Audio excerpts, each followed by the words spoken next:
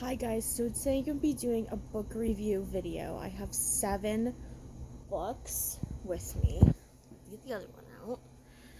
So, mostly they were good this time around. So let's just get started with this first one. Now these books are really good. I really enjoy them. It's an Agatha Raisin mystery. It's The Potted Gardener. It's by MC Beaton. This is what it looks like. And usually these books are small. They're not like, there's only like a couple of chapters in each one, but the chapters are really long in them. Like, this is 216 pages, and there's only 9 chapters plus an epilogue. So, it's about Agatha comes home from a trip around the world, and there's this new woman in the village who's the head of the horticultural society. And basically these things keep happening to the people in the horticultural society, where they were going to do like this thing where they were going to open up, like they call it open day or something. That's what they call it in the book, where people could come around and look at your flowers in your garden if you are part of this society and stuff like that. And things keep happening to people's gardens in this book, and Agatha really doesn't like this woman. And here she ends up in a very odd or peculiar way she died, which I feel like when you read mystery books for so long, that when you get to one of those deaths in a book and it's really peculiar, you're like, oh wow, that never happened in a book that I read before. But these books are really good. I really enjoy them, and the colors on this book I really like the green. It's a really cute book cover. Anyway, so this is another one that had a peculiar death in it. It's a culinary mystery. It's Crime Brulee, and it's by Nancy Fairbanks. It's the first in the series. This is what it looks like, and it takes place in New Orleans, Louisiana. Caroline is there to write a book about different foods there. Her husband's there for some scientific convention, sort of, and her friend at one all of their friends from like college all get together, and they have a little like dinner together, and this one woman that she knew for most of her childhood goes missing, and her husband really doesn't care. The police don't really care, and neither does her friends care. It's not like they don't care, the police. It's just like they're like, well, why are you coming to us telling us your friend's gone? Why didn't her husband come? And when her husband comes and says she's been missing for however many days, then we'll look into it and blah blah blah, which they do anyway. One of the lieutenants sympathizes with Caroline, and he ends up looking for her, and they found a body in the bayou. I think that's where they found it, and it was completely torn apart by the alligators. And oh my gosh, like to see that person, whether it was that girl's friend or not, there, to see how tragic that was, would have been so like traumatizing for anybody. But eventually her husband, the girl that's missing's husband, finally goes to the police and tells them that she's been missing for however many days, and they finally help look into it with Caroline and some of the other people in there. And I think the person who did it was kind of a shock, just because they weren't in it the whole entire book. But that book was crazy. Like, the death and who did it, it was just a crazy book. So this book it's called Have a Little Faith. It's by Mitch Albom. I guess that's how you say his last name. I don't really know. And it's a true story. This is what it looks like. And basically it's about the story of this man whose rabbi wants him to give the rabbi wants the main character to give his eulogy at his funeral. And basically it's kind of like Tuesdays with Morrie, that type of book, and he's really into like life after death type of things, like 5 People You Meet in Heaven, Tuesdays with Morrie. There's a couple other ones, and this one, it's basically just about him getting to know the rabbi a little bit more. And it's also, there's another side story in it about this man who he lived not a bad life, but a life of crime, kind of, where he was a drug dealer and stuff like that, and he ends up getting saved by God, and he ends up opening up this church for people that are poor, have nowhere else to go, that type of thing, and this church needs a lot of work put into it because it's been abandoned for so long, and they don't have enough money, for heat or water or anything like that, and this guy ends up being the pastor of this church, the guy that lived like a criminal life, kind of, and this guy in the book couldn't believe that. He's like, how could somebody that was like that end up being a preacher, that type of thing.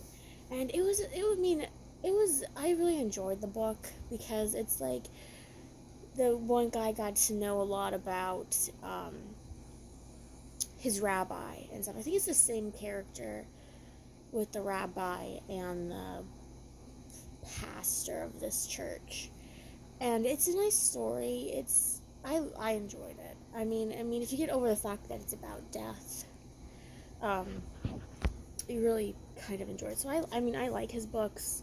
I read one of his books when I was in school, and I liked Tuesdays with Morrie, that book. And it makes you think. Like, his books always make you think about things. Like, who are the 5 people like you would meet in heaven? Like, would it be, like your parents, your siblings, a grandparent, or would it be just some random person that you helped out one time? Like, you would not know, And I don't know if I read all of his books or not, I don't know.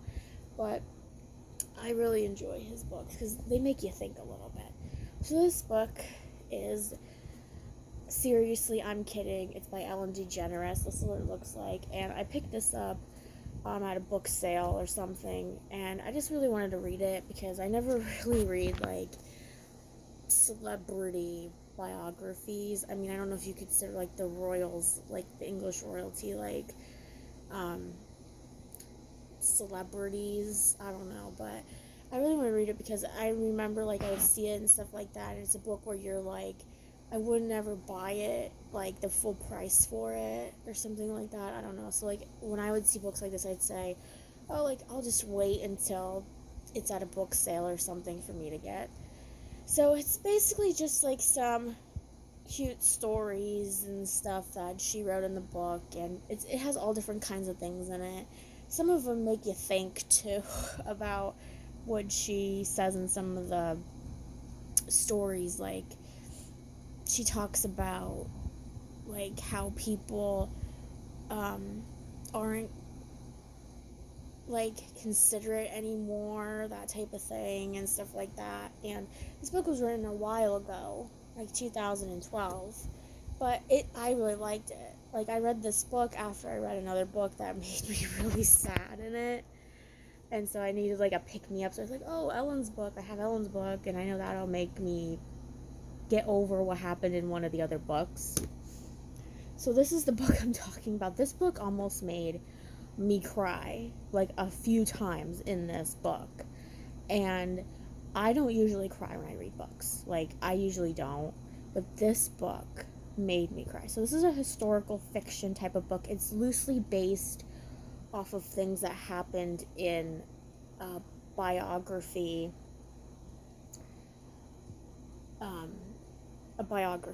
That's all I'm gonna say. Basically, it's called The Woman with the Blue Star. It's by Pam Jenoff, and it takes place during World War II, when the Jewish people went to concentration camps and stuff like that. And it's about two girls. The one is a Jewish girl who lives in the Jewish ghetto in Poland, and the other one is a Polish girl who she's not Jewish or anything like that. And basically what happens in the book is the, what was her name? Sadie's the Jewish girl. Her family ends up, one time all the Nazis are taking all of the Jews out of the ghetto, and her family escapes. It's just her dad, and her pregnant mom, and they end up going under the toilet, where there's the sores right underneath it. So her family and another family and this guy, he ends up taking them into the sores, and they basically say, like, hey, like, you have to wait until it's safe, because they took everybody out of the ghetto. So if they go back to the ghetto, people are going to know that stuff happened to them and stuff like that. And Sadie is worried because of her mom. Something happens to her dad along the journey of them going into this hiding place in the sore, and she's just with her mom. And her mom's pregnant, and she's worried about her mother and stuff like that, and they kind of bond better in the sore because they really didn't have, it wasn't like a bad relationship. It was kind of just like, it made their relationship stronger. So this other girl, her name, I forget what her name is, let me see, Ella. She's the Polish girl. She lives with her stepmother, and her stepmother is like, she's always has the Germans over to her house all the time. Her dad died a while ago, and she was left with her stepmom, and basically she's just living a life where she doesn't really have anybody. Her friends abandoned her because her stepmother hangs out with the Nazis and stuff. And one day she finds Sadie in the sore. She sees her through the sore grates, and they end up having a friendship. And this book takes so many turns. Like, her mom has the baby in the sore, and the family that's there says she has to get rid of the baby because it's making all this noise that somebody would eventually find out they were under there. So she has to make the decision of what to do with the baby, and so she leaves the sore, her mother, and that was sad. That was extremely sad. And there's a little twist at the end of the book where you're just like, they waited all this time to get out, and this happens. But then something happens that kind of twists that a little bit, like, to a happier kind of ending. But this book, I'll show you what it looks like. This book was, like, so good. Like, I highly recommend this book. Like, 5 stars, 10 out of 10. It was a really good book. So, this book, I don't really like these books, and I don't think I have any more of these, but it's called Cat Trick. It's a magical cat's mystery. It's by Sofie Kelly. This is what it looks like. And it's about, there's this thing going on in this small town, and the main girl, Kathleen, there's this tour company that's coming to town. I forget what for, and this guy who used to live in town ends up dying, and she ends up trying to figure out what happened to him, because he wasn't like a nice guy. He really, like, he tried to like get people to do things the way he wanted to, even though before everybody liked what everybody used to do for this festival thing that was going on for this tour and stuff like that. And the reason why I don't like this book is it's kind of like, I would feel like a knockoff of the Cat Who books that I like to read, where it's about this guy and his 2 cats. And his 2 cats kind of have, like, powers that predict, like, when the one cat yowls in the middle of the night means somebody died, and they help him solve cases and stuff like that. Well, this is kind of like that a little bit, but the cats are apparently magical, where the one can, like, walk through walls, and I forget what the other one can do. I forget, but I just really didn't like that book, because it's kind of like, you're telling me that they're magical in a sense, but nobody knows about this. So it's like the whole book, it's basically like a normal book with these magical cats in it. Like, I don't understand, like, if they were like everything in the town was magical or something like that, but it's like a normal book and our cats are magical. And I'm not saying that the cats in the Cat Who books are magical, because they never say that. The author never says that in the books. but it's kind of like that to me a little bit anyway. So the last book I have is Mysteries of Lancaster County. It's Lilacs, Lavender, and Lies. It's by Leslie Gould. I guess that's how you say her last name. This is what it looks like. And it's about these women, sisters, who own this store. And something happens where when the one sister goes to this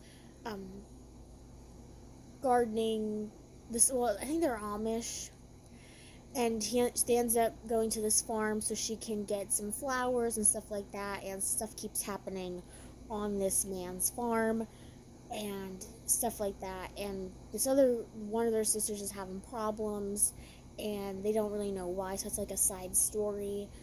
But yeah, so her and her sisters, Mary and her sisters, end up trying to figure out why these things keep happening and why this family Bible that